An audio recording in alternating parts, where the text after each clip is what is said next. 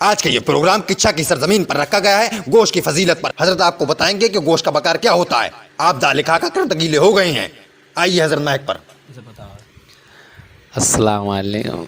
आज मुझे सरजमीन किच्छा में बुलाया गया है और उस्मान भाई ने मुझे ये बताया कि यहाँ के लोग दालों की तरफ ज़्यादा भाग रहे हैं, सब्जी की तरफ ज़्यादा भाग रहे हैं, गोश्त को पीछे छोड़ते चले जा रहे हैं। इन्हें गोश्त का मर्तबा पता नहीं है, गोश्त की शान इनको मालूम नहीं है, गोश्त का बकार इनको मालूम नहीं है। ये लौकी वौकी खा रहे हैं। इतने कमज़ोर हो गए हैं ये लोग कि इनकी ये बस की बात नहीं है कि आज साइकिल के टायर में पंप से हवा डाल सकें।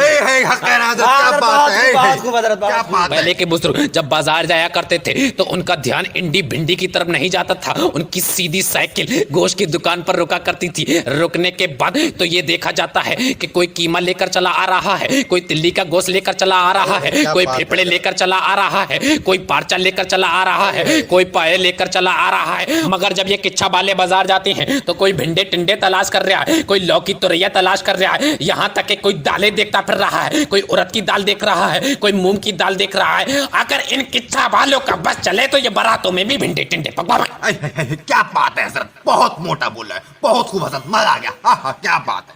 ये अजीमुद्दीन भाई, मुझे लग रहा है तुम सोन को मिला है, तुम नींद में हो। हाँ कह रहे हैं हजरत, मुझे भी लग रहा है नींद में है जी। अरे भगवान है यहाँ से।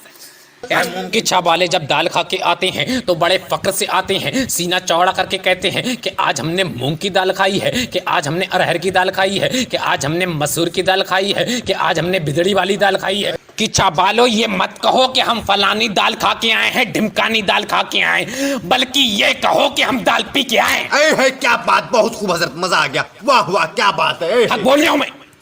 आपके ही पड़ोस सिरौली में एक बार प्रोग्राम रखा गया मेरा। मैं यहाँ पर आया, आने के बाद मुझसे बोले हजरत आप पहले खाना खा लीजिए। मैंने कहा ठीक है, चलो पहले खाना खा लेते हैं। मैं वहाँ पहुँचा, पहुँचने के बाद दस्तरखान बिछा हुआ था और खाना उतरा हुआ था। जब मैं वहाँ बैठा, बैठने के बाद मैंने शोरबा उतार लिया, गोश्त का शोरबा उतार लिया। उतारने के बाद पास में मेरे लोग खड़े हुए थे। वो एक कह रहा था हजरत शामी टिकिया लीजिए, हजरत ये कबाब लीजिए, मगर मैं नहीं लिया, मुझे शर्म लग रही थी। एक शख्स ने मेरी प्लेट में 3 कोफ्ते रख दिए, एक तरफ 2 शामी टिकिये रख दी। जैसे ही मैंने मुंह मारा कोफ्तों में, मारने के बाद मुझे पता चल गया कि ये लौकी के कोफ्ते हैं। फिर मैंने देखा कि ला शामी टिकिया खा के देखता हूँ। फिर मैंने जैसे ही शामी टिकिया खाई, मुझे पता चल गया ये तुरियों की छिकलों की शामी टिकिया बनी हुई है। मेरा गला सा बैठ गया, दिमाग सा खराब हो गया। दोनों कोफ्ते मैंने उनके मुंह पे मारे और चप्पलें छोड़ी और भाग गया वहां से।